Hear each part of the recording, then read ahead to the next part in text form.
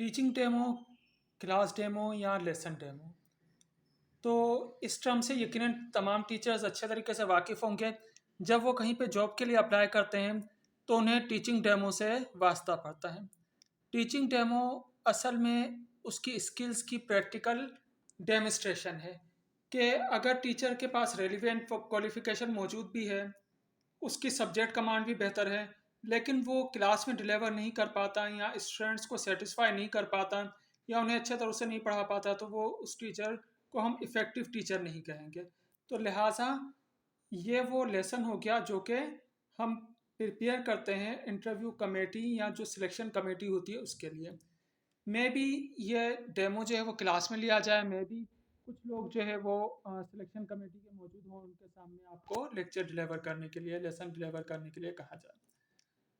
तो इस वीडियो में हम जानेंगे कि वो क्या वजूहत हैं जिसकी बिना पर एक टीचर डेमोस्ट्रेशन में फेल हो सकता है। या ये तो आपने बहुत सुना होगा कि कॉन्फिडेंट रहना, लेकिन ये कॉन्फिडेंट रहा किस तरह से जाए इसके बारे में जानेंगे। इसकी प्लानिंग या प्रिपरेशन किस तरह से की जाए। फिर कैंडिडेट की जो अपीयरेंस है वो कैसी होनी चाहिए, उसकी फ़िज़िकल अपीयरेंस कैसी होनी चाहिए, टीचिंग लर्निंग इन्वायरमेंट वो किस तरह से क्रिएट करे, और अपना जो प्रेजेंटेशन है स्टूडेंट्स के सामने वो किस तरह से थे। और लास्ट में मैं इस वीडियो में यूज़ होने वाली डिफरेंट टर्मिनोलॉजीज़ के हवाले से अपनी जो दूसरी वीडियोज़ हैं उनके लिंक आपसे शेयर करूँगा। तो सबसे पहले हम ये जानते हैं कि कॉमन रीज़न ऑफ रिजेक्शन। अगर कोई टीचर रिजेक्ट हो जाता है तो उसकी क्या वजूहत हो सकती है। Lack of confidence. Lack of confidence उसकी बॉडी लैंग्वेज से ज़ाहिर होता है। तो और इसी तरीके से और भी डिफरेंट वजूहत हो सकती हैं, डिफरेंट सिम्टम्स हो सकती हैं, साइंस हो सकते हैं। उसमें पेडागोजिकल स्किल्स ना हो। पेडागोजिकल स्किल्स क्या होती हैं ये मैं आपको लास्ट में बताऊंगा। या वो उसको बोर्ड यूज़ करना ही नहीं आ रहा हो। आपने अक्सर सुना होगा कि first impression is the last impression. तो ये है बोर्ड का यूज़ करने का गलत तरीका, जिसमें टीचर मुकम्मल तौर से बोर्ड की तरफ टर्न हो जाता है और लिखना शुरू कर देता है। जबकि सही तरीका क्या है कि वो 45 के एंगल से बोर्ड पे लिखे। तो जब उसे बोर्ड यूज़ करना ही नहीं आएगा तो पहला इम्प्रेशन ही उसका गलत पड़ेगा। इसी तरीके से उसकी वॉइस क्वालिटी क्या है, उसकी जो आवाज़ का उतार चढ़ाव है वो कैसा है, उसके वो क्या कितनी ज़ोर से पढ़ा रहे हैं या कितनी आहिस्तगी से पढ़ा रहा है, वो ऑडियोबल है या नहीं है, तमाम स्टूडेंट्स को सुनाई दे रहा है या नहीं सुनाई दे रहा। तो ये तमाम चीज़ें हैं जिसकी वजह से एक अच्छी सब्जेक्ट नॉलेज रखने के बावजूद भी टीचर रिजेक्ट हो सकता है। तो सबसे पहले इसके लिए ज़रूरी है कि आप जो सिलेक्शन करें सब्जेक्ट की और टॉपिक की वो बड़ी सोच समझ के करें। जिस सब्जेक्ट में आपको महारत हासिल हो, जिसमें रेलिवेंट क्वालिफिकेशन हो, वही सब्जेक्ट लेना चाहिए। बजाय इसके कि आप ये चेक करें कि किस में वैकेंसी है। देन टॉपिक भी आप ऐसा चूज़ करें जिसमें आप समझें कि आप अपना 100% दे सकते हैं या जिसमें आपको महारत हासिल है। क्योंकि अगर हम टीचिंग को छोड़ भी दें तो जिस भी टॉपिक में हमें इंटरेस्ट होगा, महारत होगी, हम ऑटोमेटिकली उसमें ज़्यादा बोल सकेंगे। बोलने के दौरान हमारा कॉन्फिडेंस भी बढ़ेगा और हमारे पास मटेरियल भी बहुत ज़्यादा होगा, बहुत ज़्यादा पॉइंट्स होंगे जो हम बताना चाहेंगे। ऑटोमेटिकली हमारे यानी कि आवाज़ में भी इस तरह का यानी कि आवाज़ की रफ्तार बढ़ जाएगी। ऐसा लगेगा कि अभी बहुत सारा मटेरियल है जो हम डिलीवर करना चाह रहे हैं। तो लिहाजा सब्जेक्ट कमांड अगर सही होगी तो ही आपके पास कॉन्फिडेंस आएगा। अगर आपके पास सब्जेक्ट नॉलेज नहीं है तो देन आप ये क्या ऐसी हज़ारों वीडियोस देख लें, हज़ारों सेशन अटेंड कर लें, मुख्तलिफ लोगों से गाइडेंस ले लें, लेकिन सब्जेक्ट कमांड ना होने की वजह से आप में कभी कॉन्फिडेंस नहीं आ सकता। जब सब्जेक्ट कमांड होगी तो ऑटोमेटिकली बहुत सारी चीज़ें आप समझाए बगैर भी समझ सकते हैं। और उसके क्या साइन होंगे आपके कॉन्फिडेंट होने के, जो कि ऑब्जर्वर भी नोट करेगा कि आपके आई कांटेक्ट कैसा है, क्लास के साथ कैसा है, सिलेक्शन कमेटी के साथ कैसा है, आपकी बॉडी लैंग्वेज क्या है और वॉइस क्वालिटी क्या है। और भी कई एक साइन हो सकते हैं। तो ये तमाम चीज़ें शो करेंगी कि आप में कॉन्फिडेंस, और कॉन्फिडेंस का जो सोर्स होगा वो क्या होगा, सब्जेक्ट नॉलेज, सब्जेक्ट कमांड। तो लिहाजा सब्जेक्ट कमांड आपकी अच्छी होनी चाहिए। जब आपकी सब्जेक्ट कमांड अच्छी हो तो देन आप उसके बाद प्लानिंग कीजिए। प्लानिंग किस तरह की कीजिए? नंबर वन, अगर रिक्वायरमेंट है तो लेसन प्लान कीजिए।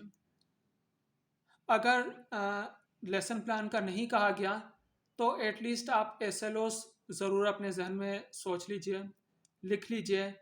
एसएलओस, स्टूडेंट लर्निंग आउटकम्स, कि सेशन एंड पे आप क्या समझते हैं कि स्टूडेंट में क्या चेंज आएगा, उनको क्या चीज़ सिखाने जा रहे हैं। और लेसन प्लान चाहे आप रिटन करें या वर्बल करें या सोच लें, यही लेसन प्लानिंग है कि जिसमें आप ये सोच लें कि आप क्या पढ़ाएंगे, कैसे पढ़ाएंगे, किस लेवल को पढ़ाएंगे, किस तरह से पढ़ाएंगे। और जब ये सब चीज़ें डिसाइड हो जाएं तो उसकी फिर आप बार बार प्रैक्टिस कर लीजिए। जब आप प्रैक्टिस करेंगे तो उससे आपके डाउट क्लियर हो जाएंगे, आपकी जो डिलीवरी होगी, जो आपका मैटर होगा वो ज़्यादा रिफाइन हो जाएगा। इस प्रैक्टिस के लिए बेहतर है कि आप मोबाइल में रिकॉर्डिंग करके और उसी लेक्चर को दोबारा सुनिए, अपने दोस्तों के सामने प्रैक्टिस कीजिए, मिरर के सामने प्रैक्टिस कर सकते हैं। तो बार बार प्रैक्टिस करके आप अपने कॉन्फिडेंस को बढ़ा सकते हैं और अच्छी प्लानिंग कर सकते हैं। इसके बाद आ जाता है कि फ़िज़िकल अपीयरेंस। आपकी फ़िज़िकल अपीयरेंस, आपकी ड्रेसिंग कैसी होनी चाहिए। लोग ये समझते हैं कि शायद बहुत ज़्यादा कीमती ड्रेसेस हों तो वो ज़रूरी होंगे, ऐसा नहीं है। सिर्फ आप रिस्पेक्टेबल लुक ज़ाहिर हो रहा हो और एक टीचर की तरह से लग रहे हों। इससे फ़र्क नहीं पड़ता है कि मेल हैं, फीमेल हैं या किस कंट्री से ताल्लुक़ रखते हैं, आपका क्या कल्चर है। हर कल्चर में, हर कंट्री में एक जो रिस्पेक्टेबल ड्रेसिंग है, रिस्पेक्टेबल लुक है, वो अलग ही नज़र आएगा। चाहे वो ईस्टर्न लुक हो, हाँ, सब कॉन्टिनेंट का हो या वेस्टर्न हो या कोई भी ड्रेस हो, उसमें हम ये शो कर सकते हैं कि कौन सा वे जो है वो, कौन सी ड्रेसिंग रिस्पेक्टेबल है और कौन सी टीचर पे सूट करती है।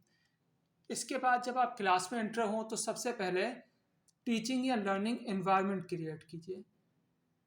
कभी भी उस वक्त बोलना शुरू नहीं कर दीजिए जब तक क्लास आपको सुनने के लिए तैयार ना हो, डिसिप्लिन मेंटेन ना हो।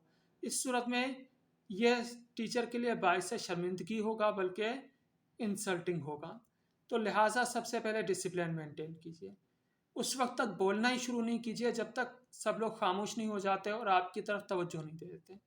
देन आप एक अच्छा डिसिप्लिन कायम करें, उनकी अटेंशन हासिल करें और उनको लर्निंग में इन्वॉल्व करें। जब वो पढ़ने के लिए तैयार हो जाएं तो देन आप अपनी प्रेजेंटेशन तैयार कीजिए, प्रेजेंटेशन दीजिए। और प्रेजेंटेशन में सबसे पहले शॉर्ट इंट्रोडक्शन कराइए, अपना नाम, क्वालिफ़िकेशन, एक्सपीरियंस या जो भी आप बताना चाहें, इंतहाई मुख्तसर सा। उसके बाद स्टूडेंट्स की प्रीवियस नॉलेज को चेक करते हुए उनसे क्वेश्चन कीजिए। और लास्ट क्वेश्चन आप 2-3 क्वेश्चन कीजिए और लास्ट क्वेश्चन इस तरह का कीजिए जो कि टॉपिक से रिलेटेड हो और उसी में ही टॉपिक वाज़े हो रहा हो। और फिर उसके बाद आप टॉपिक को बोर्ड पे मेंशन कर दीजिए, उसके एक साइड पे डेट मेंशन कर दीजिए। देन आप एक्टिविटी, मेथड या जो भी प्रेजेंटेशन देना चाह रहे हैं वो दीजिए और आखिर में इवेल्युएशन कीजिए। इवेल्युएशन मीन स्टूडेंट से क्वेश्चन किए जाएंगे जिसमें ये चेक किया जाएगा कि उनकी नॉलेज क्या है, किस तरह की है, हमने जो आउटकम तय किए थे वो हासिल हुए या नहीं हुए। उसके बाद जो आप टीचिंग एड यूज़ करेंगे, टीचिंग एड किसको कहते हैं? हर वो चीज़ जो कि टीचिंग में हेल्पफुल हो, टीचिंग में मददगार हो, उसको टीचिंग एड कहते हैं। तो वो क्लास के लिहाज से, लेवल के लिहाज से, सब्जेक्ट के लिहाज से तय की जाती है। मेथोडोलॉजीज़ क्या होनी चाहिए, lecture method, demonstration, discovery, story telling method, discussion method या कोई और मेथड जो आप मुनासिब समझते हो, ये सब चीज़ें इस पर डिपेंड करती हैं। इसी तरह से रेलिवेंट वीडियोस, जो टर्मिनोलॉजीज़ मैंने इस वीडियो में यूज़ की हैं उससे रिलेटेड वीडियोस मेरी बनी हुई हैं, उनका लिंक डिस्क्रिप्शन में मौजूद है। मसलन classroom management, discipline, lesson planning, tips for successful job interview और आर्ट ऑफ टीचिंग पेडागोजी क्या होती है और इसको किस तरीके से हम ये महारत हासिल कर सकते हैं। तो उम्मीद है ये वीडियो आपको पसंद आई होगी। इस वीडियो को लाइक कीजिएगा, शेयर कीजिएगा और मेरे चैनल को सब्सक्राइब कीजिएगा।